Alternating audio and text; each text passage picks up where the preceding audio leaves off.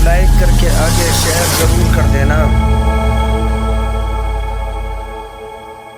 बाबा जन्नत में सबसे पहले कौन जाएगा? इरशाद हुआ तुम्हारे अब्बा जाएंगे, तुम्हारे बाप। इसका मतलब अगर ये कहने का किसी को हक था कि जन्नत मेरे बाप की, तो अगर ये कहने का किसी को हक है कि जन्नत मेरे बाप की है, तो वो जाती सैयदा फातिमा, उनकी बहनें और उनके भाई। लेकिन जन्नत जिसके बाप की थी और है, उसकी कभी एक वक्त की नमाज भी नहीं छूटी। और जिनको जन्नत की खुशबू भी नहीं मिली, वो जुमा भी 2 रकात पढ़ के ऐसे भागते हैं जैसे स्कूल से छुट्टी होने के बाद स्कूल के बच्चे भागते हैं। हंसने की बात नहीं है। आप बताएं, जिसके बाप की जन्नत है उसकी उसकी एक रकात भी कभी नहीं छूटी। रकात तो रकात, फर्ज तो फर्ज, नफिल का हाल ये है। अगर बहनें पीछे बैठी है तो उनसे कहता हूं, अगर आपका शोहर बड़ी से बड़ी कंपनी का मालिक है तो आपको इस घमंड में नहीं रहना चाहिए कि जन्नत मिलेगी। कंपनियों के मालिक होने से जन्नत नहीं मिलती। अगर दौलत और माल की बुनियाद पे जन्नत मिलती तो नमरूद की बीवी को जन्नत मिल सकती थी, लेकिन अंजाम क्या है? तो दौलत पर नहीं उतराओ, दौलत पे घमंड न करो। अगर आप बेपर्दा वलीमे में जाकर के अपने जेवर पर किसी गरीब औरत का मजाक उड़ा रही अपनी दौलत की बुनियाद पर, तो आपको अपनी आखिरत मद्देनजर रखना चाहिए।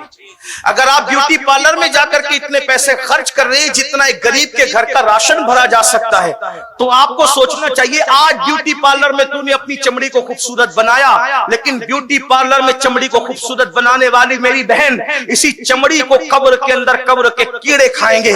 ना शौहर बचाने वाला होगा, ना बेटा बचाने वाला होगा, ना माँ। याद रखना, ब्यूटी पार्लरों से चमड़ियां नहीं बचती। अगर चमड़ियां बचती है तो वुजू की बरकत से बचती है। नूरानियत खूबसूरती के आइटम से नहीं होती, नूरानियत तो सजदों की बरकत से हुआ करती है। एक बात अपनी बहनों को बता दूं, हालांकि मेरा उन्वान वो नहीं, मुझे जो उन्वान दिया गया था मैं उस तक कभी नहीं पहुंचा, उसके लिए मैं मुंतज़मीन से माजरत चाहता हूं। बातें निकलती गई, मैं बात लेकिन समेट रहा हूं। लेकिन तवज्जो चाहता हूं बहनों से, मेरी माओ मेरी बहनों जरा तवज्जो करो। जो औरतें इसी हिंदुस्तान में, हमने तारीख पढ़ा है, हमने इसी हिंदुस्तान की तारीख पढ़ा। इस हिंदुस्तान में कुछ ऐसी औरतें थी जिनको नहलाया जाता था तो रोजाना नया हौस बनाया जाता था, जिसको हल्दी और चंदन से और दूध में गुसल दिया जाता था। जब वो औरतें किसी फंक्शन में जाती थी तो बालों बाल मोती पिरोए जाते थे। जाकर के मुगलों की औरतों का किस्सा पढ़ो, जाकर के आप जो है पढ़ो गौरियों की औरतों के किस्से, आपको समझ में आएगा। जिनको बालों बाल मोती पिरोए जाते थे, जिनको हल्दी चंदन और दूध से नहलाया जाता था, जिनके लिए हर रोज नए हौस बनाए जाते थे, कहां है वो औरतें? ना नाम है ना निशान है, हत्ता के कब्रों का निशान भी मिट गया। लेकिन वो सैयदा जिसके घर में 2-2 महीने तक चूल्हा नहीं जलता था, जुमा का खतीब उस वक्त तक खुतबा मुकम्मल नहीं करता जब तक सैयदा फातिमा का नाम नहीं ले। क्या समझ में? माल अहम नहीं है, अल्लाह की रजा है। इबादत में एक रात में एक सजदा करती और पूरी रात सजदे में गुजार दे। तो बात समेटते हुए अर्ज कर रहा हूं कि हमें भी दीन की तरफ आना चाहिए। सैयदा ने पूछा, बाबा सबसे पहले जन्नत में कौन जाएगा? आका ने कहा तुम्हारे बाबा। फिर फौरन दूसरा सवाल, औरतों में कौन जाएगा? बाबा औरतों में कौन जाएगा? फरमाया बेटी, वो इमरान की जो बेटी है ना, इमरान की बेटी मरियम। औरतों में सबसे पहले जन्नत में कौन जाएगा? इमरान की बेटी मरियम जन्नत में जाएगी, जो हजरत ईसा अलैहिस्सलाम की अम्मी है। सैयदा के चेहरे पर कुछ आसार आए। आका ने सलाम शहजादी के चेहरे पे आसार नहीं देख सकते, बल्कि क्या फरमाया? फातिमा को राजी करने से अल्लाह राजी होता है। ये भी सियाह सित्ता की रिवायत, सिहा में फातिमा तो ज़हरा को राजी करने से अल्लाह राजी, और फातिमा को नाराज करने से अल्लाह नाराज होता है। मौला हुसैन की महफिल में इतनी देर से खड़े हो, इतनी देर से बैठे हो, सैयदा राजी ना हो रही होगी, सैयदा पाक की तवज्जो ना हो रही होगी। सोचो तो सही, और वो राजी हो जाएं, हुजूर फरमाने के अल्लाह राजी हो जाए। कितना आसान तरीका है। सैयदा के चेहरे पे रंग आया, असर आया। इमरान की बेटी मरियम का नाम सुन के सरकार ने बोला शहजादी तेरे चेहरे पे आसार कैसे? कहा बाबा हमने तो औरतों का नाम इसलिए ले लिया था, आपने जब कहा कि जन्नत में सबसे पहले बाबा जाएंगे मैं जाऊंगा, तो हमने औरतों का नाम इसलिए लिया कि औरतों में कौन जाएगा, तो मैंने समझा कि आप मेरा नाम लेंगे।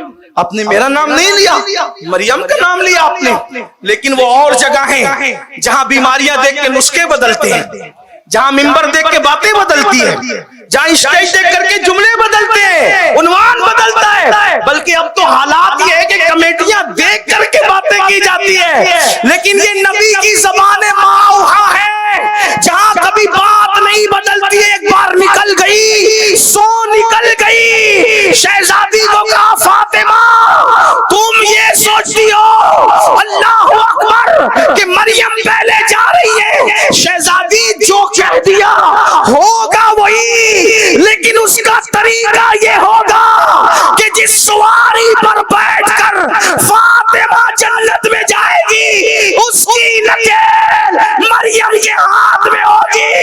तू मखदूमा बन के पीछे पीछे जाएगी, वो खातिमा बन के आगे आगे।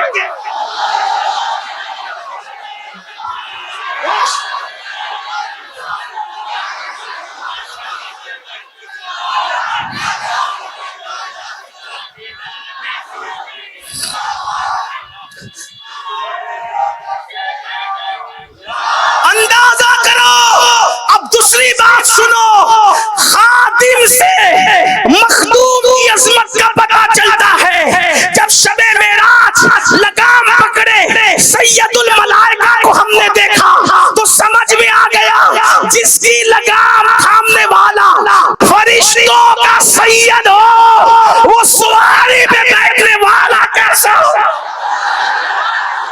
खादिम से मखदूम का पता चलता है। जिब्रील खादिम बेमिसाल, मखदूम कितना बेमिसाल। लोगों ने नबी को अपनी तरह कहने की गलती इसीलिए की कि उन्होंने हलीमा की बकरियों के पीछे चलते चलते तो देखा, लेकिन जिब्रील के आगे आगे चलते शबे मेराज में नहीं, इसलिए मुगालता हो गया। वरना देखो जिसका खादिम जिब्रील हो वो मखदूम कैसा होगा। खादिम से मखदूम का पता चलता है। जिब्रील को देखकर सैयदुल अंबिया की अजमत का अंदाजा हुआ। अली को देखा तो जिसकी लगाम हसन पकड़े हुए है तो पता चला लगाम थामने वाला ऐसा है तो सवारी पर बैठने वाला कैसा। इमाम हसन को देखा लगाम इमाम हुसैन के हाथ में है तो सोचा जिसकी सवारी की लगाम हुसैन शहीद करबला के हाथ में हो वो हसन मुजतबा कैसे। अंदाजा कर ले, जरा अंदाजा कर ले। लेकिन आइए आका फरमा रहे फातिमा जिस सवारी पर तुम बैठी होगी उसकी नकेल मरियम के हाथ में होगी। और मरियम कौन है? कौन मरियम? जिसके लिए कुरान की 3-3 सूरतें नाजिल हुई है। वो मरियम जिसके हुजरे में कोई मर्द इजाजत के बगैर तो क्या बगैर इजाजत या इजाजत लेकर भी कभी दाखिल नहीं हुआ, सिवाय एक मर्द हजरत ज़करिया अलैहिस्सलाम के कोई मर्द नहीं गया। जिसके हुजरे में बिन मौसम के फल आए, जिसके मुसल्ले पर बैठकर या खड़े होकर अल्लाह का पैगंबर बेटा मांगे वो मरियम। कौन मरियम? बतुल मरियम। कौन मरियम? कमारी मरियम। कौन मरियम जिसके पास दम करने के लिए जिब्रील अमीन सैयदुल मलाइका है। कौन मरियम जिसको अल्लाह के रसूल फरमाए कि मरियम सरदार औरतों में से एक औरत है, सरदार है, सरदार। ऐसी सरदार जिसकी नकेल पकड़ के जन्नत में जाए। जब खातिमा की शान का ये आलम है तो मखदूमा सैयदा फातिमा की शान का आलम। बात दूर निकल गई। अर्ज क्या कर रहा था? किसी ने कहा हुसैन और हसन तुम्हारी अम्मी तो बड़ी नेक थी, नेकों के साथ खाना खाने से मगफिरत होती है। यही बात चल रही थी। तो कहा अम्मी तो बड़ी आपकी नेक है, आप कभी इनके साथ बैठ के क्यों नहीं खाए? तो इमाम हसन और हुसैन ने कहा अम्मी के साथ एक बर्तन में इसलिए नहीं खाया, इसलिए नहीं कि अम्मी की नजर किसी लुकमे पर पड़े और उसी लुकमे पे हमारी नजर पड़े और हमें इत्तला ना हो कि ये लुकमा अम्मी उठाना चाहती है और हम उस लुकमे को बगैर इत्तला के उठा के खा लें तो कहीं माँ की बेअदबी ना हो जाए। कहीं माँ की, इसलिए हमने माँ के साथ एक बर्तन में कभी खाना नहीं खाया। आपसे पूछता हूँ, यूपी से, बिहार से, दिल्ली से, बंगाल से मुंबई आते हो, बड़े बड़े फ्लैट खरीदते हो, मकान खरीदते हो, दुकान खरीदते हो, बूढ़े माँ बाप उधर इंतजार करते हैं मेरे बेटे का फोन तो आए। सोचो कभी फोन किया? सोचे तो यहाँ आके किस किस से दिल लगाया? कभी अपने माँ बाप से दिल लगाया? जिसका ताल्लुक अपनी माँ से नहीं है उसका ताल्लुक इमाम हुसैन से नहीं। जिसका ताल्लुक अपने बाप से नहीं है उसका ताल्लुक इमाम हुसैन से नहीं। आप क्या समझते हैं? अगर आप करबला को सिर्फ एक अफसाने के तौर पे सुनते तो आप जाने, आपका काम जाने, लेकिन अगर हकायक सुनना चाहते हैं, ये हकीकतें, वफा का नाम हुसैन है। एक बात बताऊं, सौतेला रिश्ता कितना मशकूक है? सबसे ज्यादा सौतेला रिश्ता मशकूक। किसी को बोल रही है मेरा सौतेला भाई है, आदमी फौरन शक की नजर से देखता है। सौतेले भाई का मतलब क्या? सौतेली अम्मी है मतलब क्या? सौतेला चचा मतलब क्या? सौतेला रिश्ता गाली से कम नहीं है। सौतेले रिश्ते का मतलब क्या कुरान से बताऊं? देखो सूरह यूसुफ उठा के उसकी तफसीर देखो। सौतेले रिश्ते का मतलब, सौतेले भाई बाप को कहते हैं सैर तफरी कराने ले जा रहे, यही है ना सौतेला रिश्ता। और ले जा करके हाथ की रोटी छीन के कुत्ते के आगे डालते, ये सौतेला भाई इसी को कहते हैं ना। ये कौन कर रहा है? कुरान कर रहा है, तफसीर कह रही।